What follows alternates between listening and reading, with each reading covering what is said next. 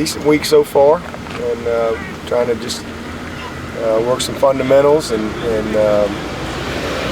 try to keep a good balance of that, as far as focusing on ourselves a little bit, plus trying to get ahead and get some extra work in on Virginia Tech. So I feel like we got a good start, good meetings this week, good practice Monday and today, and tomorrow will be a hopefully I didn't think they had great energy today, and that's one thing to talk to them. Hopefully tomorrow we'll have a little better energy and really finish strong, and then hopefully they can kind of get some things wrapped up that they've got to get done school-wise so they can disengage this weekend, because I do think that's important. I think they need to do that and enjoy a couple days and then come back and let's get back to work on Monday and hopefully start a strong finish.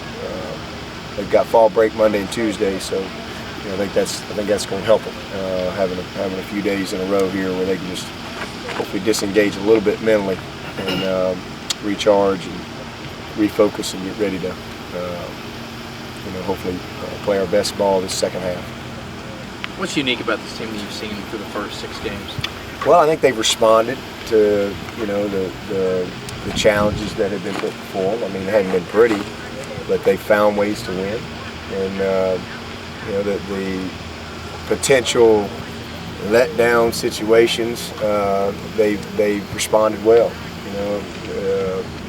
Again, winning in Atlanta, coming back the next week, really in a half taking care of a business of a team instead of kind of emotionally having a little bit of a letdown.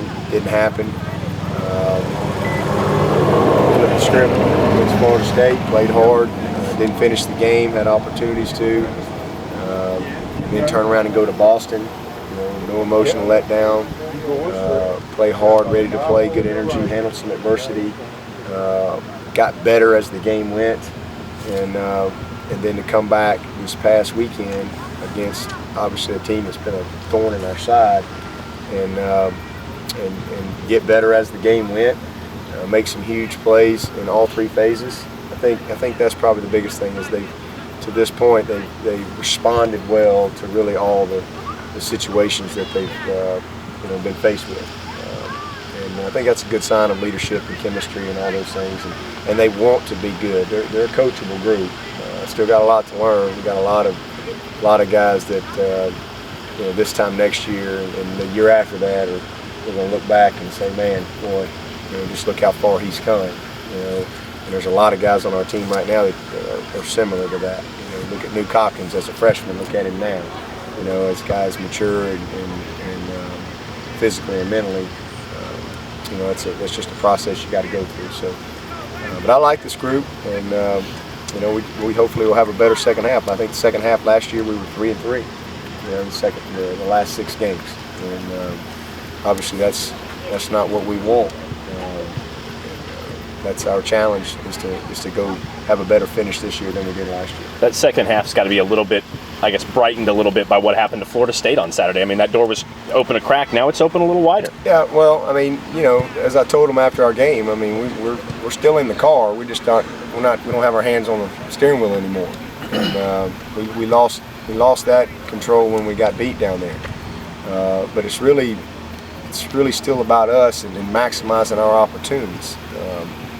We can't worry about things that we don't control, and we don't control that. Hey, that's their deal. If that works out, great.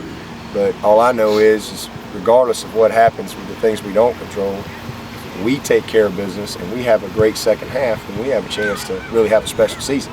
And that's ultimately what it's about. And we've got to continue to put ourselves in position, because if we don't take care of those things, and then all of a sudden something does happen, well, you missed an opportunity. So we got to prepare for an opportunity that may or may not come. And but if you prepare, then you're ready when it does. But regardless, I think we got a chance to have a strong finish if we'll stay focused, stay committed, continue to be dialed in on the right things.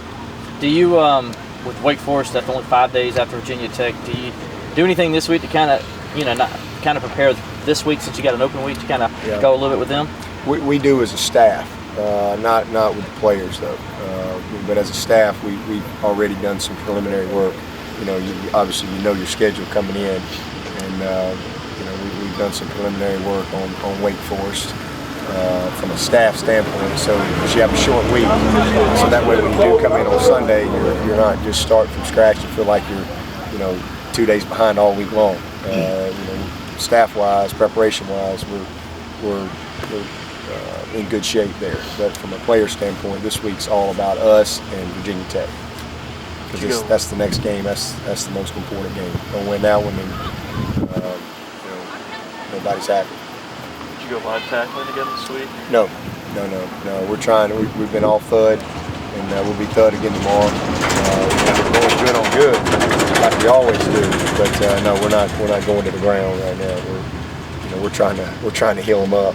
We're pretty beat up. We've got a long list of guys that are aches and bruises and bumps and pains, and we played 6 ball games. I mean, you should be. And then not only play 6 ball games, but you just played 2 ball games and had 2 weeks of live practice. So it's defensively, it's like they played 3 games last week, and they're pretty beat up. Your scout teams are pretty beat up. So we got a lot of guys we got to get well and kind of get them recharged and ready to go for next week. What's it, Martavis and DJ been able to? They've been back. They've been able to pretty much do everything this week so far. They look good. How about Spurrier managed to get in a dig yesterday at Death Valley?